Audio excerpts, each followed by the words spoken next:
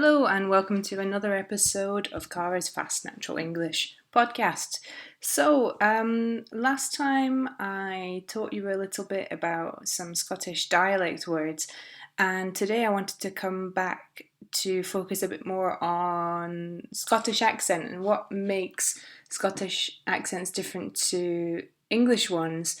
I think I told you that nowadays my accent is kind of in between. There's features of like a northern English accent, and then depending on whether I've been in Scotland or if I've been speaking to my parents, it will sound more Scottish. So what does that mean? Well, first thing, and this is important for all accents in the United Kingdom really, is that there are lots and lots of different ones. I would say that in the UK you only have to drive 20 miles and the accent changes.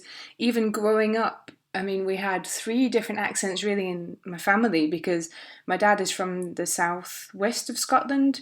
He originally had this kind of, I guess it's like a rural Scottish accent. My mum is from Glasgow, which is kind of maybe a defining version of the Scottish accent, probably one that you maybe know, maybe the one that gets parodied or imitated the most. And then my brother and I had a different accent again because we were growing up in a village near Stirling in central Scotland, and our accents were kind of different to our parents. I know it sounds strange, but this is how it is in the UK.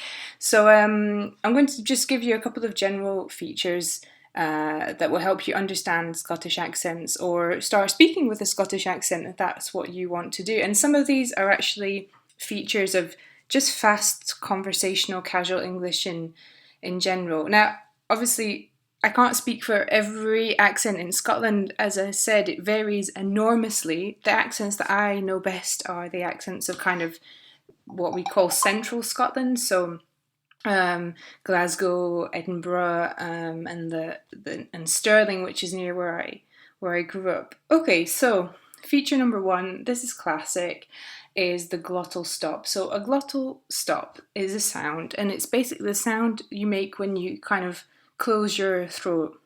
So it affects the letter T, the sound T in the middle or at the end of words. So in a standard English accent, let's say you would say better, whereas in a Scottish accent that might be pronounced better. Okay, so in the middle there's this glottal sound, and that also happens at the end of words. So instead of saying got, you might say got.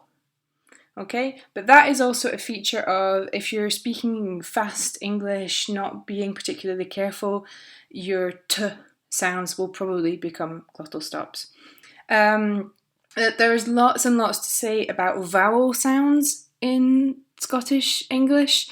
For example, when I speak in normal English, I make a distinction between the sound in good, it's an and the sound in book. I almost said it in a Scottish way. So have you read any good books recently? Whereas in a Scottish accent, I would pronounce those the same. I would say, have you read any good books recently, with that ooh sound? And there's lots more to say about vowels, but we'll just concentrate on that one. Now, the other big one, apart from glottal stops, is the R sound. So in many, but not all varieties of English, in the UK, you don't pronounce the R's at the ends of words, you only pronounce them in the middle. So when you say a word like bring, obviously you have to pronounce the R, but when you say the word car, as in the motor vehicle, you don't pronounce the R. It's k plus R, car. But in a Scottish accent, you do pronounce the R at the end of words. So you would say car. And the R is not the same as in a standard English accent. So normally in English to pronounce the R, you avoid touching the roof of your mouth with the tip of your tongue, whereas in a Scottish accent you do touch the roof of your mouth very quickly. Okay, so it's a different kind of R sound to maybe what you're used to in standard British English. And just an extra feature I've noticed this in Glasgow. So when I speak to my cousins and family, very often the th sound, okay, written as th, that so many learners have problems with. I find that my my family often reduce that to a f. So, for example, the number 3 becomes free. Okay, so it sounds the same as free, like liberty. Can you give me free apples?